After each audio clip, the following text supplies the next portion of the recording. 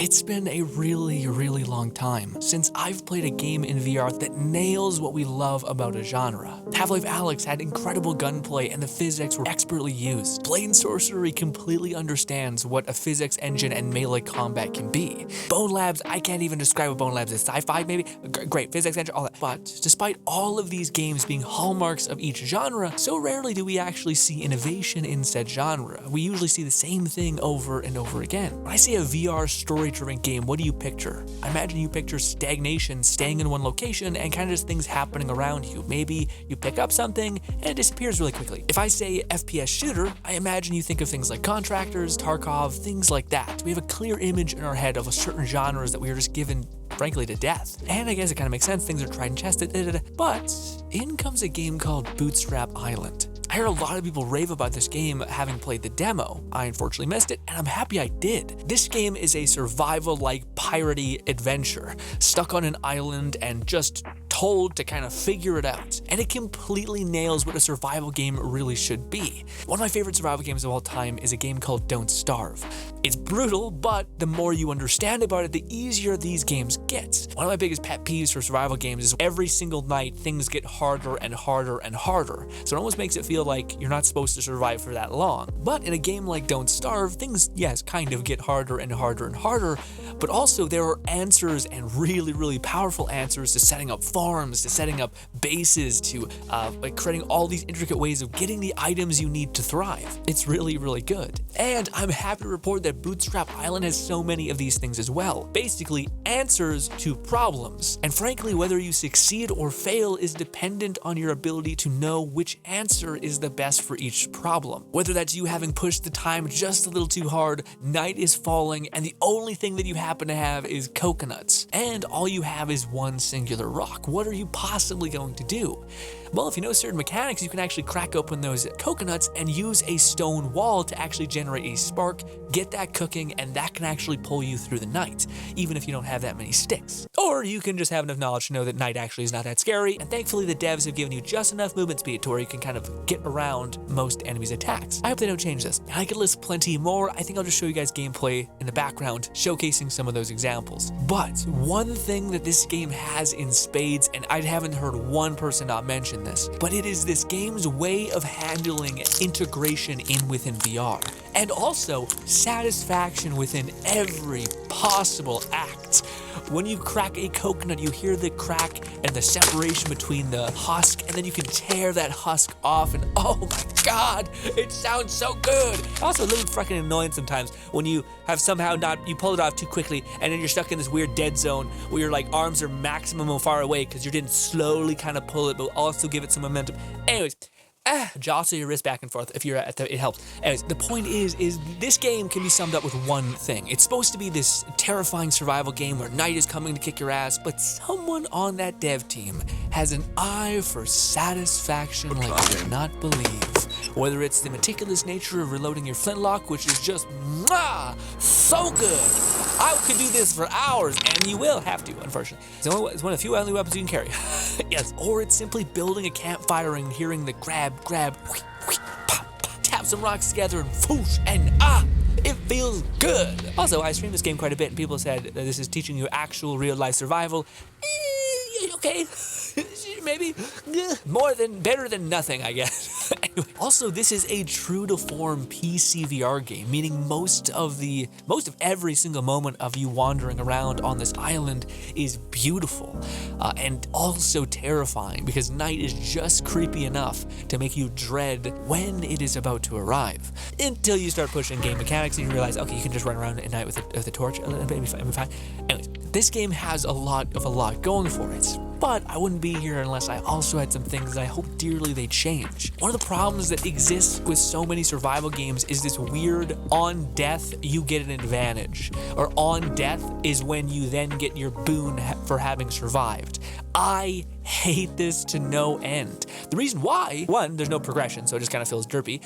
2, it encourages you to die after a certain amount of time instead of survive, which is the entire point. You should get rewarded for having survived. I think things could get harder, that's fine, but just make it so that I feel like I'm winning. Like at the end of every single day, you get an XP bar that says, hey, by the way, you have this new thing that can now appear in your world. That's amazing. Instead, for such a long time, I was basically wandering around just waiting for something to kill me, but I didn't want to just die like a bitch, so I just survived for 8 more days. And I was like, it gotta get worse, right? It doesn't get worse. It's actually nice that it doesn't get worse, or too much worse.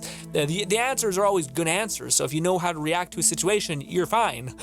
But it still leaves you like, I want to get my bottle. I was promised a water bottle, you son of a bitch, okay? Or a rum bottle that you can fill up with milk if you have a knife and you pop the thing.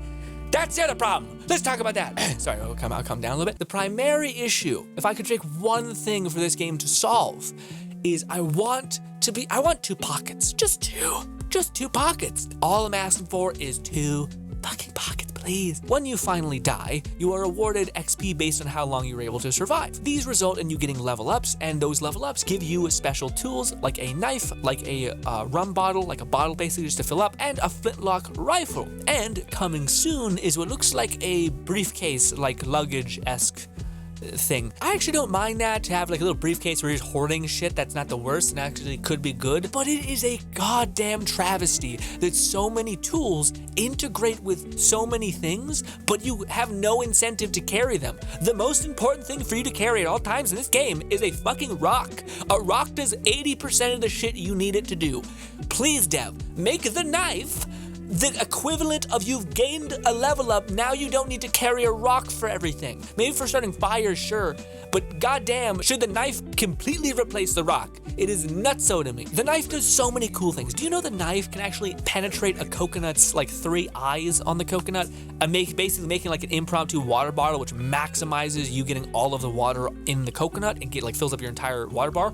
Awesome, super dope. Do you know that the water bottle can also be filled up with the coconut juice in the thing? What awesome harmony. You can't carry both of these because you need to at least carry a rock or something else, or like a gun. Now granted, yes, I know you can go get a cool vest where you can actually carry certain things like gunpowder, beads, and so on and so forth, and a flintlock pistol.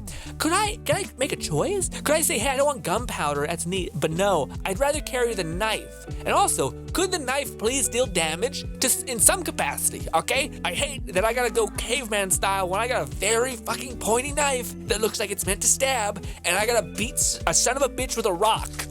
Okay? It's crazy. It does no damage, the stabby stab. Anyway, but yes, I think a lot of these problems will get like less bad when we eventually unlock what looks like a briefcase or like a thing that we can carry, something. I also don't mind that because it's kind of cute. You kind of lug around like your little bag and you got to make sure you like fiddle in stuff in there, throwing coconuts in there to survive. It's neat. But I think the reason why they maybe haven't added it is because there's not really much to explore. So like the difficulty slant for the game is that you kind of can't have it all yet. You can't carry a lot of shit because there's not a lot to explore right now. Frankly, that's the other criticism that I have for the map, but it's not even a criticism. It's just because this game is in early access and essentially does not have like a really big story push thus far. There's not also like things to do. They hint at stuff in the future being like tribal, so we're eventually going to encounter actual like tribal bandits, kind of like Sons of the Forest, except rewind the clock a couple hundred centuries. But other than that, I actually really enjoy exploring the world. Although I will say I would love if they added like smoke trails for like key locations so that you know where you ought to go. Otherwise, you're basically just doing 16 loops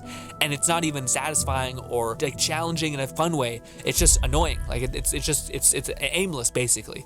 So if you had these like markers that said like go this way, look to the sky and see when there's some commotion where like if it's birds or if it's smoke trails, head towards those things, that would be pretty wonderful. Granted, I guess maybe it's just leaning into the fact that you are kind of lost on this island. You have to explore every little shred of it. So maybe that part's normal, but anyways. Also, this is just a side thing. Have you guys found this fruit? I've seen everyone find this fruit. I thought it was like a normal thing. I have yet to see one of these. Granted, I don't tend to stay in the beginner like forest area, but damn, that's crazy to me. I have not seen one of these. It must be like a legendary drop. And last but not least, something I mentioned was that this game is actually like a fully fledged PCVR game. And I'm really curious to see how this game does financially. Frankly, something that's been really heartwarming is seeing the love and reception of this game. I've seen a bunch of videos from a bunch of people in the VR space, and all the videos are doing really, really well. And the comments are even better. People talking about how satisfying this game is and how fun this is to watch, and how they can't wait to experience this new thing and this thing. It's wonderfully wholesome and sweet. Now, I think people are liking it because it's a really refreshing take on in a genre that we don't really have many games for in VR, such as the survival genre. But I also wonder if it's because this game looks gorgeous, pushes the boundaries of even most PCs nowadays, and allows content creators to kind of unravel the spectacle that can be harvested in that way. I know Quest users make up like 90% of the current audience for VR, specifically standalone. It's actually like 70%, but still a crazy amount of people. But I did a lot of research doing this YouTube thing. I love it to bits, and I like to know what people really like. And it's clear as day that VR 3 years ago or 5 years ago was tremendously successful, especially on YouTube. Videos garnering like tens of millions of views and so on. And there's tons and tons of variables in that for sure. But I think a variable that's also important is the content creation side of things. It's not completely dominated by that, but I think it's a variable that's important. If I were to give you two options, one option is a game that looks gorgeous, is smooth, has weird like things that you can do in it that's satisfying, that makes you feel like, man, I really want to play that as well. And then you see a version that's kind of muddy, that's slower, that has less features and so on, and maybe can't be modded to the same extent, so on and so forth. Which one would you prefer to watch? Not play, but watch.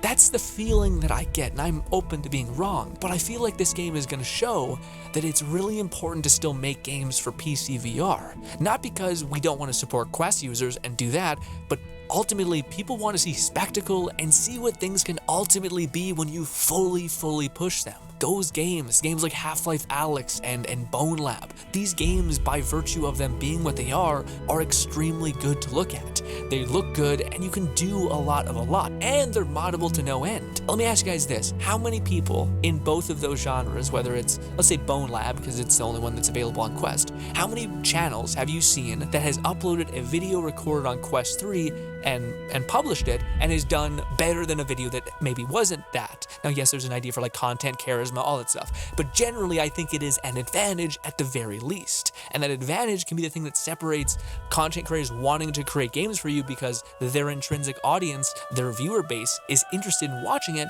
rather than playing like a kind of muddy version of your game, in which frankly isn't the best sell for your game either. I mean, hell, a lot of us who play PC VR know that your game could look nothing like the content creator you watch. This just comes with the territory. They could have a crazy graphics card and you could have an older one, but it doesn't matter, because if they're having fun and you can still gain that fun, awesome. Anyway, sorry to ramble. This was just a closing thought that I seen, that I was heartwarmed to see that so many people had a wonderful reception of the game, because it is fantastic in a lot of ways that we described. But also, I think it's a variable of it's fun to look at, it's fun to watch, it's fun to see people survive.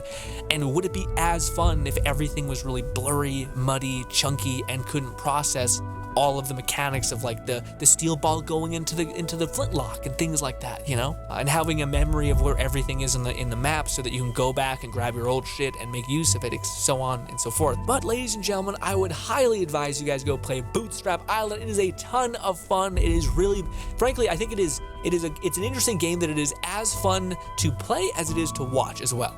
It is just satisfying visually, audibly, things like that. So I think you guys will have a hell of a time with it. But also, again, please, for the love of God, devs, make it so that you gain XP every day rather than having to die and then get your stuff, because it sucks.